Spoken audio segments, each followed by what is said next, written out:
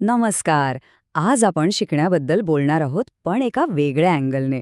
एक अशी जागा जिथे शिकताना ना कंटाळा येतो ना निराशा, फक्त प्रगती होते. मानसशास्त्रज्ञ लेव वायगोत्स्की यांनी या जागेला एक खूप छान नाव दिलंय. चला, तर मग जाणून घेऊया ही संकल्पना नेमकी आहे तरी काय. हे आपल्या सगळ्यांसोबतच होतं नाही का? म्हणजे आपण एखादी नवीन गोष्ट शिकायला जातो आणि मग काय होतं, एकतर ती इतकी सोपी असते की आपल्याला कंटाळा येऊ लागतो, किंवा मग इतकी अवघड की देवा आता हे कसं जमणार असं वाटून आपण हार मानतो. आणि गंमत बघा, या दोन्ही टोकाच्या परिस्थितीतून आपली वाढ मात्र होत नाही. काम खूप सोपं असेल तर आपण जिथे आहोत तिथेच राहतो, काही नवीन शिकतच नाही. आणि जर ते खूपच कठीण असेल तर मग आपण इतके निराश होतो की ते कामच सोडून देतो. प्रगती तर दूरच राहिली. पण मग यातून मार्ग कसा काढायचा? तो मधला रस्ता, तो स्वीट स्पॉट कसा शोधायचा?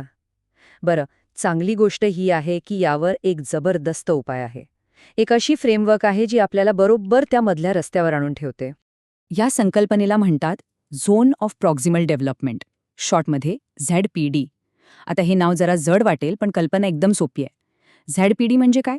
तर जी गोष्ट आपण एकट्याने करू शकत नाही, पण कोणीतरी थोडी मदत केली, थोडं मार्गदर्शन केलं की ती गोष्ट आपल्याला जमते. ह्या दोन्हींमधली जी जागा आहे ना, तोच हा झोन. आणि वायगॉट्स्की काय म्हणतात माहितीये? ते म्हणतात की खरा विकास, खरं शिक्षण याच झोनमध्ये होतं. हीच ती जागा आहे जिथे मॅजिक घडतं. म्हणूनच आपलं सगळं लक्ष याच स्वीट स्पॉटवर, याच ZPDवर असलं पाहिजे. चला, आता हे सगळं अजून सोपं करून समजून घेऊया. विचार करा की शिकण्याचे 3 वेगवेगळे टप्पे किंवा झोन्स आहेत. सगळ्यात आतला पहिला टप्पा म्हणजे आपली कम्फर्ट झोन. इथे त्या सगळ्या गोष्टी येतात ज्या आपल्याला आधीपासूनच येतात, म्हणजे ज्यासाठी आपल्याला कोणाच्याही मदतीची गरज नाही. इथे आव्हान नाही, त्यामुळे नवीन शिकण्यासारखंही काही नाही. आता येतो सगळ्यात महत्वाचा टप्पा, तो मधला भाग, ZPD. ही ती जागा आहे जिथे गोष्टी आव्हानात्मक आहेत पण अशक्य नाहीत. म्हणजे एकट्याने जमत नाहीये, पण थोडीशी मदत मिळाली ना की आपण ते काम फत्ते करू शकतो. खरी प्रगती, खरा विकास इथेच होतो. आणि मग येतो सगळ्यात बाहेरचा तिसरा टप्पा. ह्याला आपण पॅनिक झोन म्हणू शकतो. इथे अशी कामं आहेत जी सध्या आपल्या आवाक्याच्या पूर्णपणे बाहेर आहेत. म्हणजे कुणी कितीही मदत केली तरी ती आपल्याला जमणार नाहीत. इथे हात घातला की फक्त निराशाच येते, कारण आपण अजून त्यासाठी तयारच नाही. ठीक आहे, थेअरी तर समजली, पण रोजच्या आयुष्यात हे ZPD कसं काम करतं? चला एक अगदी साधं सोपं उदाहरण बघूया. समजा कुणाला तरी एक नवीन, जरा किचकट पदार्थ बनवायचा आहे. एकट्याने प्रयत्न केल्यावर काय होतं? सगळा गोंधळ उडतो, काहीतरी चुकतं. पण मग ती व्यक्ती एक व्हिडिओ ट्युटोरियल बघते. तिथे स्टेप बाय स्टेप सूचना मिळतात आणि काय आश्चर्य, पदार्थ मस्त जमतो. हा जो व्हिडिओ आहे ना, तीच ती मदत आहे जी त्या व्यक्तीला ZPDमध्ये मदत करते. आणि मग काही दिवसांनी सरावाने तीच व्यक्ती कोणाच्याही मदतीशिवाय तो पदार्थ बनवू लागते.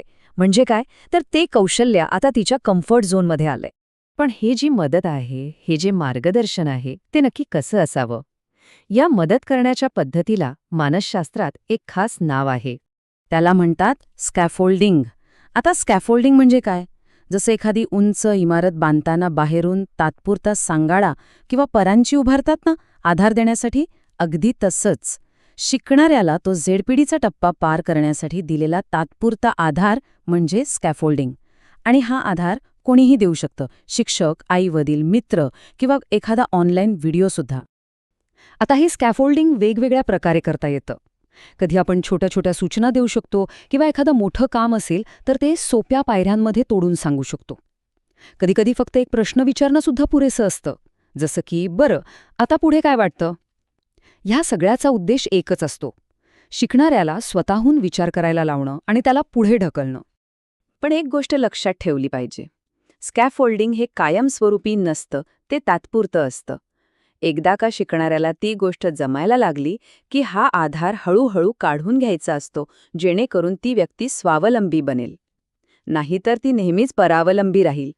तर मग ह्या सगळ्याचा आपल्यासाठी काय उपयोग? ही ZPDची संकल्पना समजून घेणं इतकं महत्त्वाचं का आहे? कारण ही फक्त शाळेतल्या मुलांपुरती नाही, तर आपल्या सगळ्यांच्या आयुष्याला लागू होते. थोडक्यात सांगायचं तर आपली खरी प्रगती तेव्हाच होते जेव्हा आपण आपल्या कम्फर्ट झोनच्या बाहेर पडतो, पण पॅनिक झोनमध्ये जात नाही. म्हणजे आपलं पूर्ण लक्ष फक्त आणि फक्त त्या मधल्या टप्प्यावर, आपल्या झडपीडीवर असायला हवं. तिथेच खरी वाढ दडलेली आहे. हे वाक्य बघा, किती समर्पक आहे. खरी वाढ आपल्याला जे आधीच येतं त्यात नाहीये, तर योग्य मदतीने जे आवाक्यात येऊ शकतं त्यात आहे. हेच तर आहे झेडपीडीचं सार. तर मग आता विचार करा, अशी कोणती गोष्ट आहे जी आपल्याला शिकायची आहे? कोणतं असं कौशल्य आहे जे सध्या थोडं अवघड वाटतंय, पण योग्य मदत मिळाली तर नक्कीच जमेल? आपला पुढचा झेडपीडी कोणता आहे हे शोधून काढा, कारण खरी मजा आणि खरी प्रगती तिथेच आपली वाट बघतीये.